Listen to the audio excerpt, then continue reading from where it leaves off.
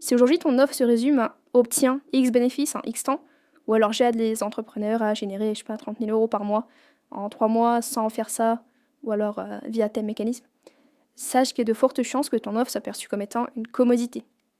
Une commodité, ça veut dire que au final, il n'y a rien qui te permet vraiment de te démarquer de la masse. Ça veut dire que ce type d'offre-là, on en voit 15 par jour, minimum.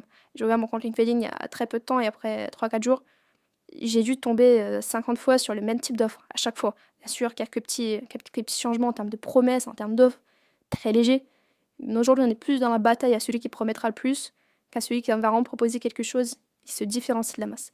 Donc, le but de cette vidéo, c'est que je puisse vous montrer comment faire une offre 5 étoiles qui va vous différencier complètement de vos concurrents, comment créer un contexte qui va rendre obsolète toutes les méthodes concurrentes et qui va justifier les échecs passés de votre cible. Donc, c'est vraiment ce qu'on va faire aujourd'hui et on a un cas concret. Parce que là, on va faire ça sur le business de quelqu'un aux US, donc un de mes clients aux US, qui a une offre de coaching. Donc, c'est un coaching qui aide en fait les entrepreneurs à améliorer leur taux de closing. Donc, ça, c'est son offre actuelle que j'estime être une commodité. Ça veut dire que sur le marché, en tout cas français et même aux US, c'est à peu près les 95% des offres, on va dire. Donc, accompagnement, coaching par semaine, live, et puis suivi par message et quelques modules vidéo. Bon, c'est presque tout le monde fait aujourd'hui. Le but, c'est de vous éloigner de ça, ok? De proposer quelque chose qui vraiment va, j'ai pas envie de dire à l'encontre, mais de proposer une vraie plus-value, de sorte à ce que ça devienne limite du détail, tellement les autres points vont éclipser le reste.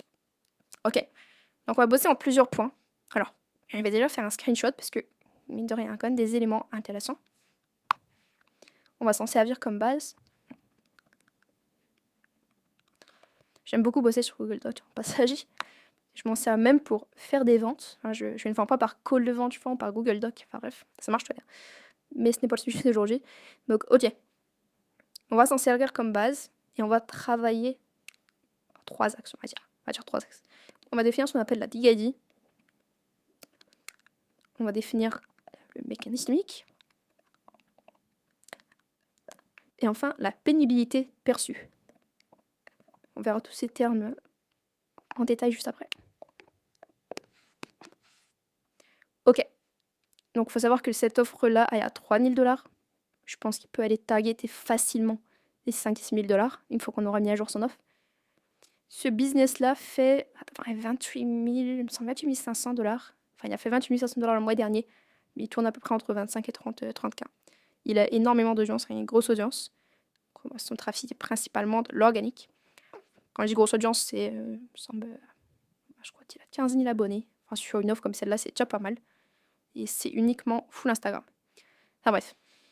Donc on va bosser là-dessus. Donc il faut savoir que son offre qui propose d'améliorer le taux de closing. Ok, donc le bénéfice, c'est ça, améliorer le taux de closing. Donc là, on va commencer par définir la Big ID. Ensuite, on définira les composantes, ce sera à la fin. Mais d'abord, on va définir la Big ID, ensuite les mécanismiques, et enfin la pénibilité perçue. Vous allez voir que tous les éléments vont finir par se compléter petit à petit. Donc la Big ID, en fait, c'est le contexte autour de ton produit qui va justifier en fait l'existence de ton produit. Donc ça peut être par exemple une anomalie de marché, ça peut être une erreur commune, ça peut être je sais pas, une tendance. Enfin, il y a plein d'éléments qui peuvent définir la Big ID. En fait, ça va être l'histoire derrière ton produit, le contexte derrière ton produit, le contexte qui a justifié l'existence de ce produit-là. Pour l'anecdote, il y a une des pages de vente, il me semble, c'est peut-être la plus vendue de l'histoire, le produit le plus vendu de l'histoire, d'un point de vue infoprenariat. La page de vente s'appelle The End of America. Le produit, c'est un produit pour, en gros, des conseils financiers. Il me semble que c'était un livre sur, en gros, la liste des actions à acheter. Enfin, la page de vente en elle-même s'appelle The End of America. Plutôt que d'arriver et de dire, ah voilà, prends ma liste des actions à acheter pour faire x4 sur ton portefeuille, etc. Il est arrivé pendant toute la page de vente, donc il me semble que c'est, si je me rappelle bien, alors qui était l'auteur de cette page de vente, je vais checker rapidement. Ok, j'étais checké, donc la page de vente a été écrite par Stansberry, donc c'était fait via Agora. Je me souviens c'était Agora, mais je me rappelle plus du nom d'auteur. Enfin bref. Donc pour revenir à ce que je disais, donc Sally a dit, c'était que plutôt que de dire, donc ouais, prenez ces actions, etc., ça, il va prouver par A plus B que c'est la fin de l'Amérique. Qu'en gros, le système américain est en train de s'effondrer, que c'est une bulle, que ça va exploser, et qu'en gros, c'est maintenant qu'il faut agir. Pendant toute la page de vente, il fait ça. Il va te prouver, preuve sur preuve, que c'est la fin du système financier américain, que tout le monde se retrouvera sur la paille, etc., etc. Et donc, pour anticiper ça, il faut absolument investir dans ça, dans ça, dans ça. Et après, c'est son produit final. Mais on part quand même de très loin. Bien sûr, le but, c'est de pas partir d'aussi loin. Parce qu'il faut quand même rester cohérent par rapport à ce qu'on fait et que là, c'est pas une page de vente. Non. En termes de vision, c'est exactement la même chose. Ça veut dire qu'il faut proposer un projet, il faut proposer une histoire, il faut proposer quelque chose qui va justifier l'existence du produit. Ne serait-ce qu'une observation du marché. Ok, donc, dans ce cas de figure-là, vu que c'est un coaching pour améliorer le closing, ce qui serait pertinent, ce serait d'implémenter l'idée que, puis c'est une vérité marketing, mais que le closing, en fait, c'est ce qui est le plus proche de ton portefeuille. Ça veut dire que 1% de taux d'amélioration de tes sales auront un impact direct sur ton chiffre d'affaires. Ok, donc ça va complètement justifier l'offre à 3 000 $. Bon, on va augmenter le prix, mais je veux dire, je te laisse imaginer. Si jamais mes méthodes te permettent de closer ne serait-ce que 1 ou 2 clients, tu auras directement remboursé le prix des 3 000 $. Ok, c'est vraiment le point le plus proche de la monnaie. Donc, pour moi, une billadique qui pertinente serait celle-là. Donc, les sales sont le domaine qui apporte le plus d'impact à ton CA. C'est donc ça qu'il faut bosser en priorité.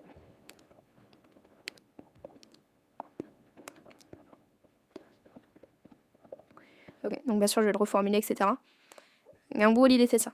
L'idée, c'est de leur prouver que c'est une vérité, en plus, que c'est là où il faut bosser en priorité, parce que si tu veux augmenter ton chiffre d'affaires de 10%, si tu améliores ton closing de 10% versus si tu améliores ton content de 10%, le closing va gagner tous les jours. Le closing est beaucoup plus proche de ton portefeuille que le contenu, même si ça reste quand même proche. Mais là, on a pris l'exemple, pour ce business-là, c'est un peu la partie facile, parce que là, c'est très proche de l'argent. Et il faut toujours montrer l'impact que ton service aura sur le bénéfice que la personne souhaite avoir. Là, le bénéfice que la personne souhaite avoir, c'est améliorer mon CA. Ok. Il y a d'autres industries où, par exemple, la perte de poids, ça va être perdre X kilos, etc. Mais toujours rapprocher ton service au bénéfice final. Donc, admettons que, par exemple, là, on n'est pas sur une offre d'accompagnement relative à du closing, mais on sera sur une offre d'accompagnement relative à du montage vidéo, par exemple. Voilà, on va dire que c'est un monteur vidéo. Comment rapprocher le montage vidéo de l'argent? Parce que pour le coup, il y a très peu de liens. Ok. Comment on peut faire? On va d'abord créer une connexion entre le montage vidéo et l'argent. Donc on va pas me demander à la personne, admettons que c'est dans un call de closing, si je veux faire augmenter la valeur perçue de mon montage vidéo, je vais dire à la personne, ok, est-ce que tu peux me dire combien de vues tu fais chaque mois?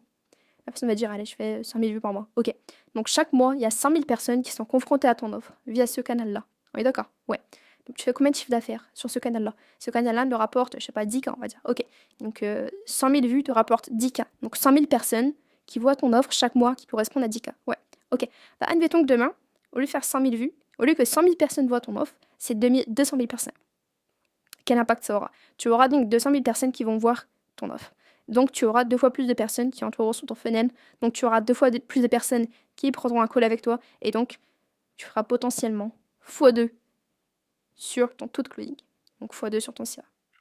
Bien sûr, je grossis le trait, mais en gros, je suis en train de rapprocher l'impact qu'aura mon offre sur son portefeuille.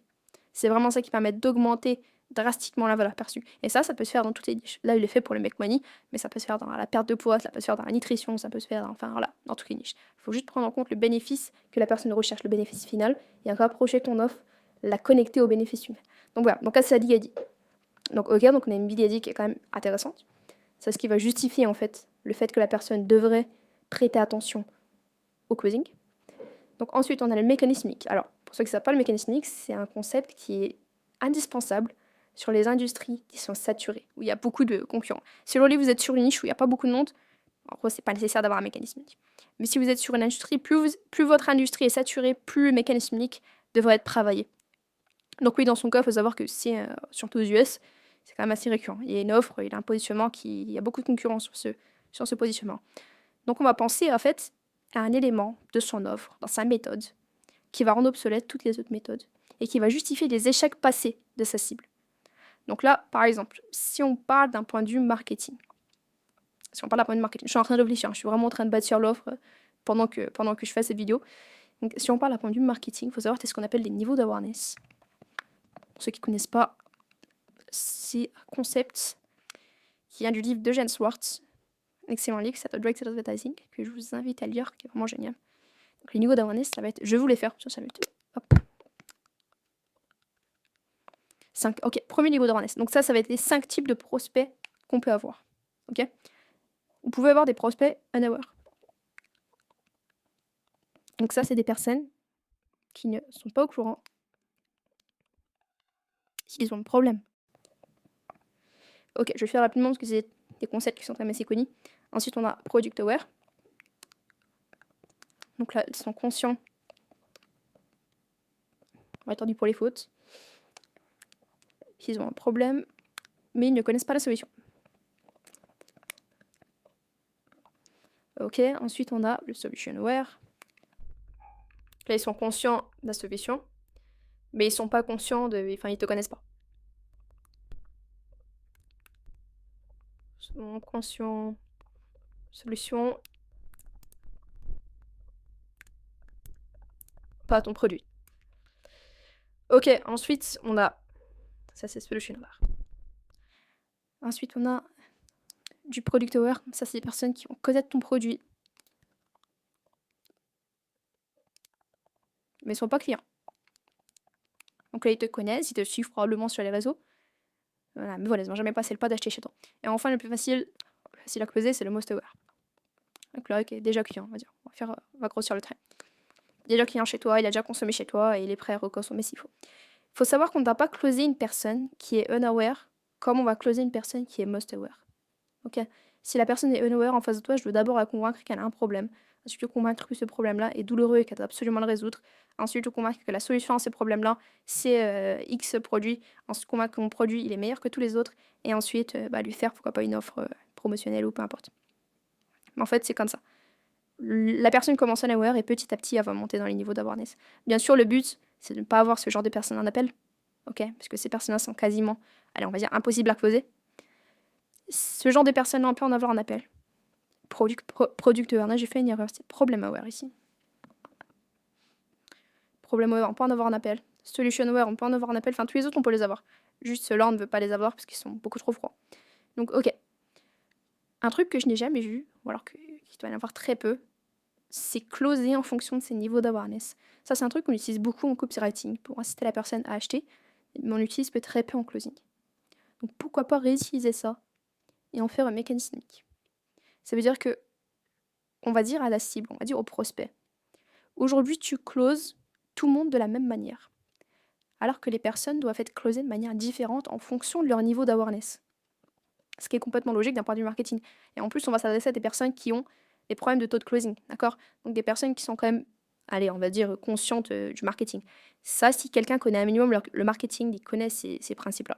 Donc si on lui dit ça, ça va résonner logique, ça va paraître logique dans leur esprit. Donc ça peut être un concept hyper intéressant à implémenter. Donc closer, on close en fonction du niveau d'awareness. Et on ne va pas closer chaque personne de la même manière. Ça veut dire que la majorité du marché, les gens ont un script de closing et l'appliquent pour tout le monde. Tu vois?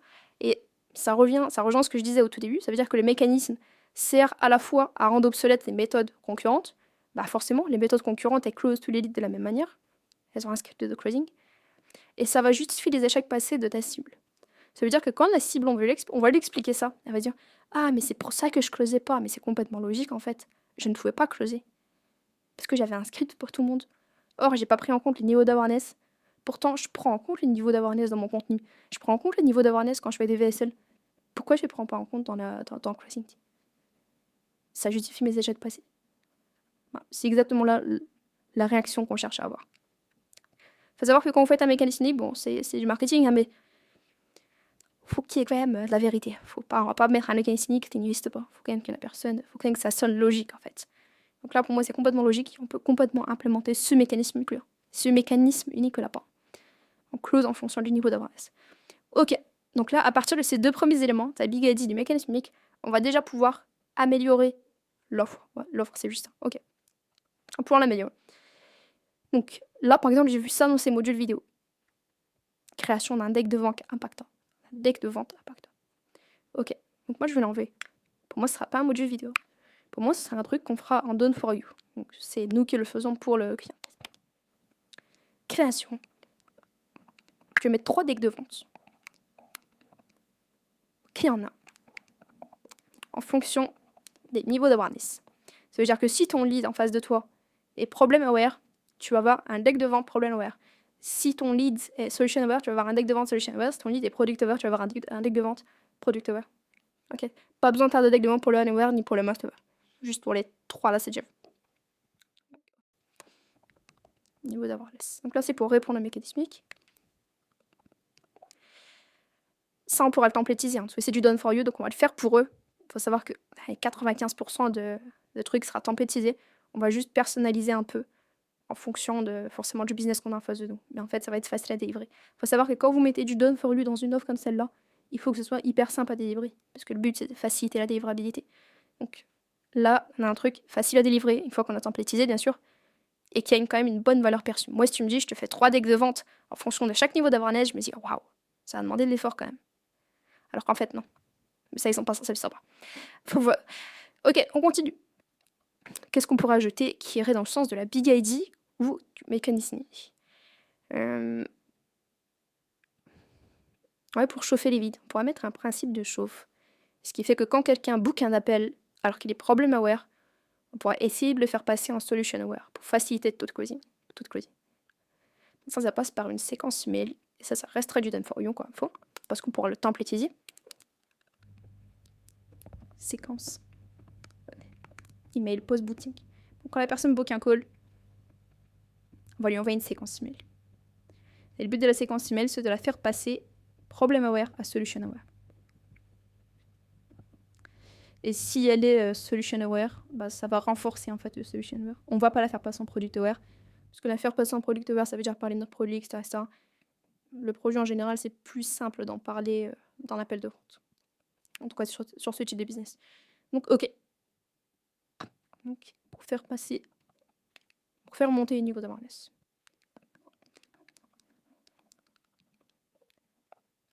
Et un truc qu'on pourrait faire aussi, c'est traquer les ouvertures de mails, traquer les liens cliqués.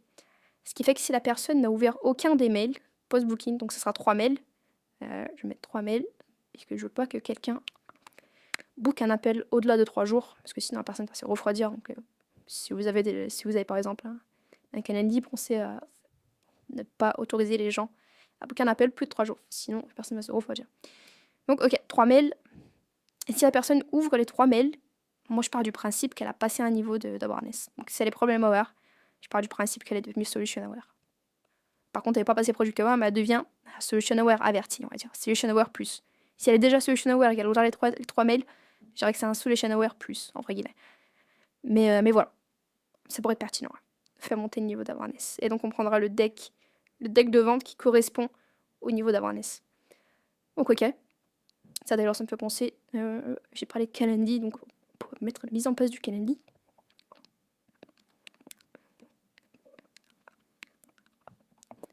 Ok. C'est très sous-estimé, mais un bon paramétrage de Calendly, ça envoie un message fort. Alors déjà, rien que la petite technique que je vous ai donnée, qui est de booker un appel dans les 3 jours, ça permet de ne pas avoir un guide froid en appel, mais ne serait-ce qu'au niveau des questions qu'on va poser, au niveau du formulaire qu'on va poser. Donc déjà, le formulaire servira à identifier le niveau d'awareness, parce qu'on va poser des bonnes questions, pour qu'on puisse identifier à peu près où est-ce qu'elle se trouve. Il faut savoir que les frontières sont toujours un peu poreuses, hein, mais le but c'est d'y aller d'être le plus précis possible. Donc ça nous permettra d'identifier le niveau d'awareness, mais ça va aussi envoyer un message fort à la cible.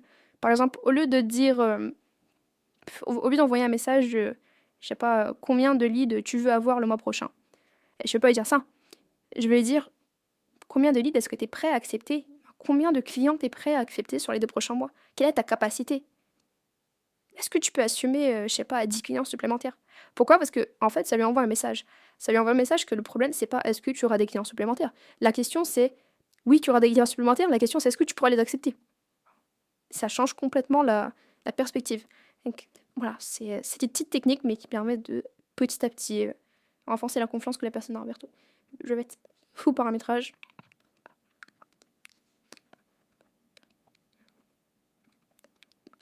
Avec questionnaire. Ok. Là, il faut savoir que les 3 done for you, c'est hyper simple à mettre en place. La séquence email, ça peut paraître un peu galère. Il faut savoir que ça va être templétisé aussi. Ok. Bien sûr, on va changer les frustrations, on va changer les désirs, etc. Tout ce qui est copywriting. Mais 80% du travail sera fait. Là, pareil pour le Calendly. On sait exactement les paramètres qu'on doit mettre, on sait exactement les questions qu'on va mettre. Donc ça va en fait, ça c'est du done for you qui a une grosse valeur perçue, mais qui en fait dans l'exécution est assez simple à mettre en place. Et c'est exactement ce qu'on va faire pour augmenter la valeur perçue de l'offre en général. Donc ok, ça commence à ressembler à un truc sympa. Ça commence à être sympa. Je regarde ce qu'on peut améliorer. Bon, je suis partie relire rapidement ce que Lee m'avait envoyé, en termes de détails, mais je pense qu'on est pas mal. Donc, au niveau du mécanismique, en tout cas, là, on est bon. Ok, donc l'offre fit avec le mécanismique. Ensuite, on va passer à la pénibilité perçue. Alors, la pénibilité perçue, ça veut dire que là, on regarde l'offre qu'on a. Donc, actuellement, l'offre qu'on a, c'est ça. Et maintenant, je me mets dans la peau du lead et je me dis, ok, quel point de cette offre me fait dire, j'ai un peu la flemme de faire ça, ou alors, je suis pas sûre que je vais avoir des résultats avec ça, ou alors, ça marchera peut-être pas pour moi. Aujourd'hui, où est-ce que je trouve le doute? Ok. Donc là, moi, instinctivement, quand je vois ça, je me dis, ok, il y a quand même du travail qui est fait derrière. Mais comment je vais être sûre que ça, c'est adapté à moi? Comment je vais être sûre que tu saurais identifier quelles sont mes vraies lacunes et que tu sauras les corriger? Parce qu'un live par semaine, c'est bien, un appel par semaine, c'est bien. Mais peut-être que moi, je fais des erreurs que je ne saurais pas te dire dans l'appel et qui existent pourtant. Tu vois, peut-être que moi, je pense bien faire alors qu'en fait, je fais mal. Tu vois. Donc, comment on pourrait contrer ça? On pourrait mettre analyste et call de vente. Donc, une fois que la personne fait un appel, il faut qu'elle enregistre ses appels. Donc, le client, il faut qu'il enregistre ses appels via Loom et qu'il nous envoie ses appels de vente. Pour que nous, on puisse les analyser. Bon, je dis nous, mais c'est pas moi qui vais le faire, hein, mais vous avez compris. Pour que nous, on puisse les analyser et identifier les erreurs qu'il fait. Bien sûr, ça, c'est chiant à faire. Ok, je l'avais déjà fait par le passé, c'est hyper chiant. Donc, ce qu'on peut faire, c'est demander à la personne qu'elle enregistre avec Loom. Et ça, n'est pas censé savoir, mais sur Loom, il y a un transcript. Ça veut dire qu'on a juste à extraire le transcript de l'appel. On le met sur un chat GPT qui est assez travaillé, qui s'y connaît en closing. Et le chat GPT saura identifier les erreurs qui ont été faites pendant l'appel et saura me dire à quelle minute cette erreur a été faite. Ce qui fait qu'on pourra aller directement sur l'appel, on pourra aller sur le Loom et voir directement la minute précise à laquelle cette erreur a été faite pour analyser. Et donc ça va faciliter la chose. On peut aussi mettre une limite par rapport à analyse des calls de vente. Ça veut dire que la personne ne va pas nous envoyer 5 appels par jour. Donc on limitera ça, bien sûr. Mais en tout cas, ça permettra de faire cette presta, d'ajouter cet élément dans l'offre sans que ça prenne énormément de temps. Et d'ailleurs, ça me donne une idée. Je viens d'avoir une super idée. Vu qu'on va peut-être mettre en place, vu qu'on va mettre en place un GPT pour faire ça, pourquoi ne pas leur donner un GPT personnalisé? Pourquoi ne pas leur faire un GPT personnalisé? Expert closing. Donc là, on va faire un GPT personnalisé qu'on va nourrir au closing, qu'on va donner des livres sur le closing, on va lui donner des scripts de closing, on va vraiment remplir de compétences autour du closing pour que la personne puisse lui envoyer ses transcripts à elle de ses précédents appels, pour que le GPT puisse identifier les erreurs qu'elle a faites, voire même pourquoi pas s'entraîner à closer un GPT. Faire un GPT closer. En fait, tu vas faire un GPT, tu vas lui demander d'être entre guillemets un prospect chiant, qui a plein d'objections, qui est ultra dur à closer. Et on peut même faire, ça peut être pas mal ça, faire un GPT qui a en fait les caractéristiques de l'avatar de notre cible. Ça veut dire qu'admettons que notre client il propose, je sais pas, une offre sur la nutrition. On va créer un avatar sur le potentiel client de la nutrition. Je sais pas si je suis assez claire, j'espère que je le suis. Mais entre guillemets, je sais pas, Monique, 50 ans, on n'arrive pas à manger. Et donc je vais donner l'avatar à GPT, qui se mettra dans sa peau. Et donc notre client pourra essayer de closer Monique. C'est pour être hyper personnalisé, hyper puissant. Ça, je vais le mettre ça, c'est vrai que ça pourrait être hyper puissant.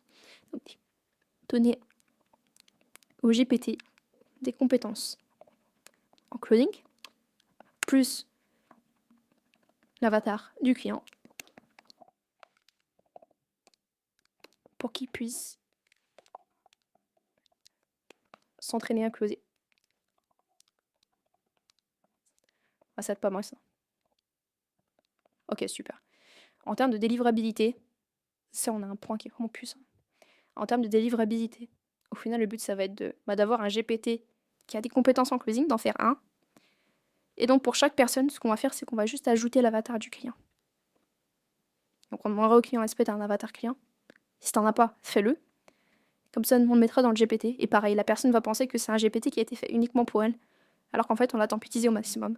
Et que tout ce qu'on fait, c'est rajouter l'avatar. Voilà en quoi on augmente la valeur perçue d'une offre. C'est en mettant des éléments. Le client se dit, ah mais c'est incroyable, ça va prendre un temps fou, ça va prendre des efforts monstres pour me faire ça.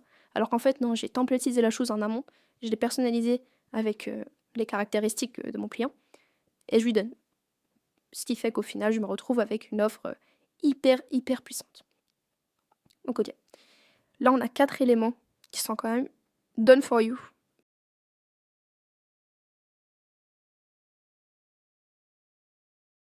Donc, ok, je check encore si on a des éléments de pénibilité perçus. Est-ce que moi j'ai des objections relatives à tout ça? Mais ça m'a l'air assez cohérent maintenant.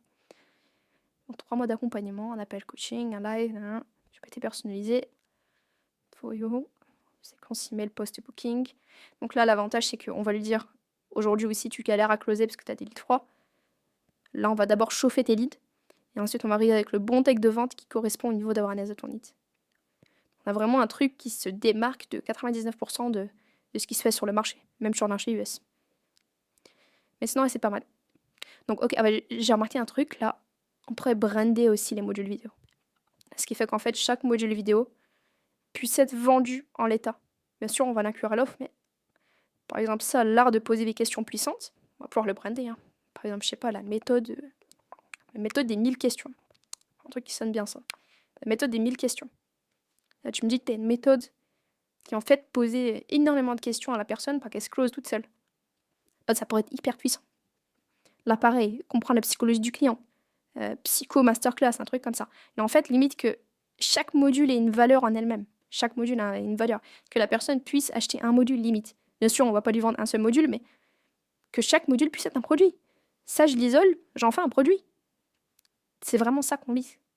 Donc ça, pareil, il faudra brander chaque élément. Je vais pas le faire là, je le ferai plus tard, mais ça pourrait être hyper puissant. Ok, donc transition un peu brute. Je me suis mis sur ChatGPT, j'ai demandé à ChatGPT, enfin, je lui ai listé mon offre, j'ai tout cité. Je lui ai dit, est-ce que tu as des objections par rapport à cette offre-là? Donc ensuite, j'ai lu, il y a des trucs qui sont pertinents et des trucs qui le sont un peu moins. Mais là, il m'a dit, par exemple, résultat mesurable. Ok, ce serait pertinent d'ajouter quelque chose pour mesurer, entre guillemets, les résultats.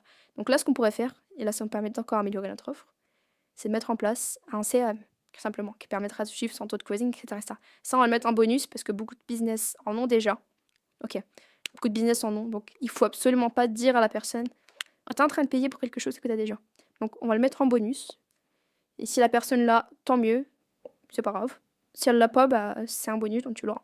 Donc ça va pas en fait handicaper la vente. Donc là, bonus CRM, sinon ChatGPT m'a pas donné d'autres éléments pertinents en termes d'objection, en termes de pénibilité perçue, comme on a vu tout à l'heure. Donc voilà, entre guillemets, là, on passe de ça, qui était quand même assez mauvais, à tout ça. En incluant la Big ID, le mécanismique. Là, on a quand même une offre qui peut se vendre facile. Facile. Là, on peut commencer à 5K minimum. On peut vendre ça à 5K minimum. 5000 $. Ok. Entre guillemets, si on veut aller plus loin, si on analyse le marché, ce genre d'offre, la majorité des business qui ont une offre comme ça peut aller faire 20, 30, maximum 50K. Si on veut aller chercher des CA comme 200, 300, 500K, on est obligé d'avoir une offre sous cette forme-là qui va taper toutes les objections en amont et pas lors du call de closing. Beaucoup de personnes pensent à casser les objections sur les calls de closing. Or, les objections doivent d'abord être cassées dans l'offre. Si aujourd'hui, toi, tu as des appels de closing et que tu as des objections qui reviennent sans cesse, il ne faut pas essayer de trouver comment contrer cette objection en call de closing. Non, pose-toi la question, comment via mon offre, je pourrais faire en sorte que cette objection n'existe plus? Et c'est exactement ce qu'on fait. En fait, ça, c'est une offre anti-objection. C'est une offre qui va casser toutes les objections. Ce qui fait que si en face de toi, tu as le bon lead, bah, on coule signe. Parce que là, on a vraiment couvert tous ses besoins. On a couvert tous ses besoins. Et donc, les seules objections doivent être relatives au prix. Et donc, ça, après, ça se travaille forcément dans le call. Et même sur le prix, la valeur perçue est quand même assez élevée. Donc, c'est un prix qui se justifie. Donc, ça va être vraiment par rapport à leurs finances. Mais voilà, en tout cas, voilà pour l'offre. J'espère que tu auras appris des choses. J'espère que tu vas pouvoir améliorer ton offre en te basant sur ça. C'est vraiment un truc, si tu l'implémentes, tu vas vraiment voir la différence sur ton taux de closing. Et même sur ta communication, tu seras beaucoup plus confiant par rapport à ton offre, tu seras beaucoup plus confiant par rapport à ce que tu proposes. Là, tu as vraiment un truc qui va apporter des résultats à tes élèves. Ok. Et ça, c'est du do it yourself, mais ça, c'est des modèles qui peuvent être appliqués à tout type de business. Donc voilà, applique. Et puis tu verras les résultats que tu vas pouvoir largement augmenter ton taux de closing, largement augmenter même ton acquisition en mettant une offre comme ça. En tout cas, voilà. Je viens d'ouvrir comme je dis, un compte LinkedIn. N'hésite pas à me suivre sur LinkedIn. N'hésite pas à m'envoyer un petit message, à ajouter. Voilà. Ça fait toujours plaisir de connecter avec des personnes. Donc n'hésite pas à le faire. Et puis laisse un petit like, abonne-toi à la chaîne. Ça fait toujours plaisir. C'est bon pour le référencement. Et puis je compte continuer à envoyer des bonnes vidéos comme ça. À très vite.